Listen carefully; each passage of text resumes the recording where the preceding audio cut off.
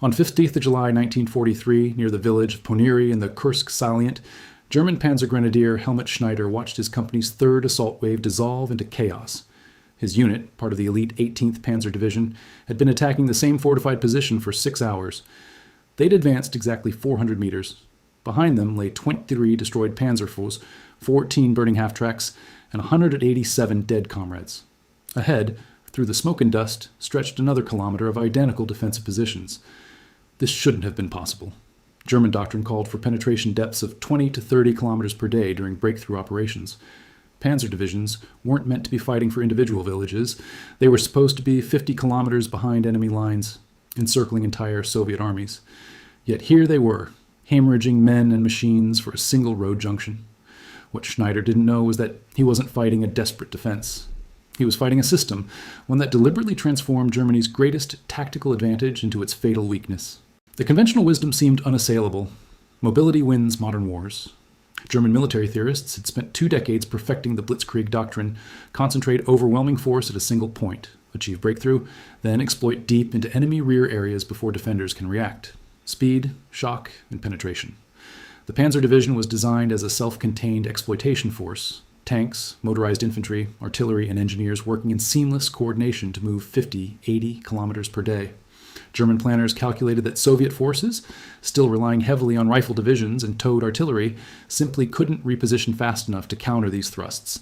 Standard military thinking emphasized the first 24 to 48 hours of combat.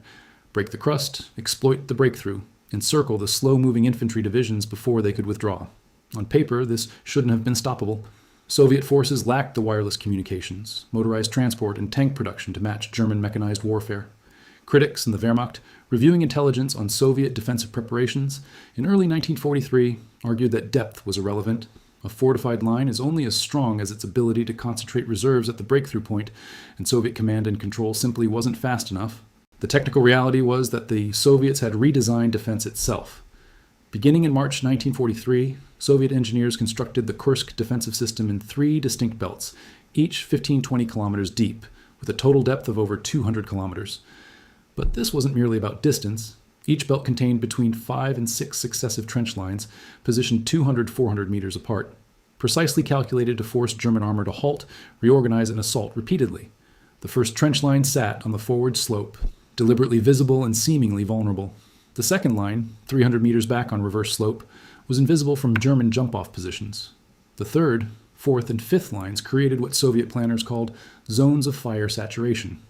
Every 300-400 meters, German armor would crest a ridge to find another fully manned trench system with interlocking fields of fire. Anti-tank guns were emplaced in packs of 4 to 6, positioned to create crossfire zones covering 200-300 meter frontages. The density was extraordinary. The Central Front sector contained 4,200 anti-tank guns across a 95-kilometer frontage, one gun every 23 meters. Between the trench lines, engineers buried 500 or 3,663 anti-tank mines and 439,348 anti-personnel mines in the Central Front sector alone. Minefields weren't scattered randomly, but laid in depth. A light screen 50 to 100 meters forward of each trench line, dense concentrations on likely tank approaches, with special surprise fields on what appeared to be safe bypass routes. The secret was in the mathematics of exploitation. German Blitzkrieg worked by maintaining momentum. Once breakthrough occurred, Panzer divisions had to achieve 40 to 60 kilometer advances before nightfall to dislocate enemy command structures. Soviet defense in depth transformed this into an impossible equation. At Kursk, the 6th Panzer Division spent 8 hours on 5th of July, advancing 6 kilometers through the first defensive belt. That's 750 meters per hour, slower than infantry walking pace. The division lost 42 tanks in those 6 kilometers, reduced to 60% combat strength before reaching what German commanders thought would be open exploitation terrain. But the exploitation terrain didn't exist. 6 kilometers back sat the 2nd defensive belt, equally fortified, equally mined, equally manned. Then another belt, then another. German after-action reports from Kursk repeatedly used the phrase, depth without end. A Panzer Grenadier from the 11th Panzer Division wrote, "We took the first trench at 6:30. By 1400, we'd fought through 3 more lines and lost half our company. At 1500, we could see the next trench system stretching across our entire front. It was like trying to empty the ocean with a bucket." On 12th of July, 1943, near Prokhorovka, the 2nd SS Panzer Corps, arguably the finest mechanized formation in the Wehrmacht, attacked into what appeared to be weakening Soviet resistance. They'd penetrated 35 kilometers in 7 days, and intelligence suggested they were finally breaking through into the operational depth. Instead, they encountered the steppe front, an entire reserve front of 5 armies that had been waiting 100 kilometers behind the lines, completely undetected by German reconnaissance. This wasn't accidental. Soviet Stavka had positioned 3 reserve fronts in concentric arcs behind Kursk, first at 50 kilometers depth, second at 100 kilometers, third at 150 kilometers. Even if German forces achieved tactical breakthrough, operational breakthrough was impossible. The reserves weren't positioned forward where they could be detected and destroyed. They waited deep, fresh, and fully equipped. This inverted the fundamental assumption of blitzkrieg that penetration creates opportunity.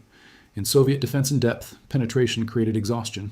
What made this work wasn't any single feature, but rather the transformation of blitzkrieg's strengths into liabilities. German Panzer divisions were designed for breakthrough and exploitation, not sustained frontal assault. Their Panzer Grenadier battalions, the infantry component, numbered only 2,000, 2,500 men per division, compared to 9,000, 12,000 in a standard infantry division. This was deliberate. They were meant to hold the shoulders of a breakthrough, not clear fortified positions. At Kursk, they were forced to do exactly what they were worst at, systematically reducing prepared defenses whilst under constant artillery fire. A captured German lieutenant from the 3rd Panzer Division told Soviet interrogators, "Our doctrine is movement. You made us fight like 1916. We don't have the infantry strength for this type of combat." The numbers proved him right. By 10th of July, the 3rd Panzer Division had lost 68% of its infantry, but only 40% of its tanks, the reverse of what should happen in mobile warfare. This wasn't random attrition. Soviet defensive doctrine specifically targeted German infantry, forcing panzer divisions to commit their scarce panzer grenadiers to assault after assault. Anti-personnel mines outnumbered anti-tank mines. Machine gun positions were sited to cover infantry approach routes, not tank avenues. Artillery forward observers had pre-registered defensive fires on every meter of ground between trench lines. The Soviet 13th Army alone fired 42,000 artillery shells on 5th of July, the first day of the German offensive, primarily high explosive and shrapnel rounds aimed at infantry concentrations. German tanks survived these bombardments. German infantry didn't.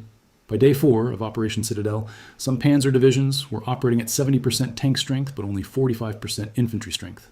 Tanks without infantry can't hold ground, can't clear fortifications, can't protect their own flanks. They become steel coffins.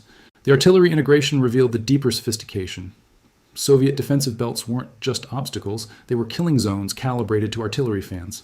Each trench line sat at the apex of pre-registered artillery concentrations from batteries positioned 8 to 12 kilometers to the rear. When German infantry assaulted a trench, Soviet defenders would fall back 300 meters to the next line whilst artillery saturated the captured position. German forces faced a choice: hold the trench under bombardment and take casualties, or advance immediately into the next prepared position without consolidation. Either way, casualties mounted. The 292nd Infantry Division reported on 7th of July that they'd captured and then been forced to abandon the same trench system 3 times in 6 hours, losing 400 men in the process. The trench itself was militarily worthless, but it had consumed 2 battalions' worth of German infantry. On 13th of July, Hitler cancelled Operation Citadel. German forces had advanced a maximum of 35 kilometers in 9 days, at a cost of 54,182 casualties and approximately 760 tanks and assault guns destroyed or damaged. They'd penetrated exactly 0% of the way to operationally significant objectives. The Soviet defensive system at Kursk had achieved something unprecedented. It had made blitzkrieg obsolete not by matching it technically, but by creating battlefield conditions where its fundamental premises didn't apply. Speed became irrelevant when there was nowhere to go. Concentration became a liability when it enabled mass artillery fires. Armored exploitation became impossible when reserves waited in undetectable depth. What German planners had missed was that defense in depth wasn't passive resistance, it was active consumption. Every kilometer of advance cost the Germans $1,500 to 2,000 casualties and 20 to 30 tanks. At that rate, even successful breakthrough became tactical suicide. The mathematics were brutal. To penetrate 200 kilometers of defensive depth would require 300,000, 400,000 casualties and 4,000, 6,000 tanks. No army, not even the Wehrmacht at peak strength, could sustain those losses whilst maintaining offensive capability. Soviet defensive doctrine had found the blitzkrieg's Achilles heel. It worked brilliantly in 100-kilometer campaigns, but collapsed in 200-kilometer grinds. The trick wasn't to be stronger at the point of attack, it was to ensure that the point of attack never mattered. The lesson proved universal. From Kursk onwards, German offensives in the east consistently failed to achieve operational objectives, even when they achieved tactical success. The 1943 Donbas offensive penetrated 50 kilometers in 3 weeks, but failed to encircle any Soviet forces. The reserves simply withdrew deeper than German exploitation could follow. The 1944 Kursk pocket operation succeeded only because Soviet forces were ordered to hold forward positions. When Stalin permitted mobile defense, encirclement became impossible.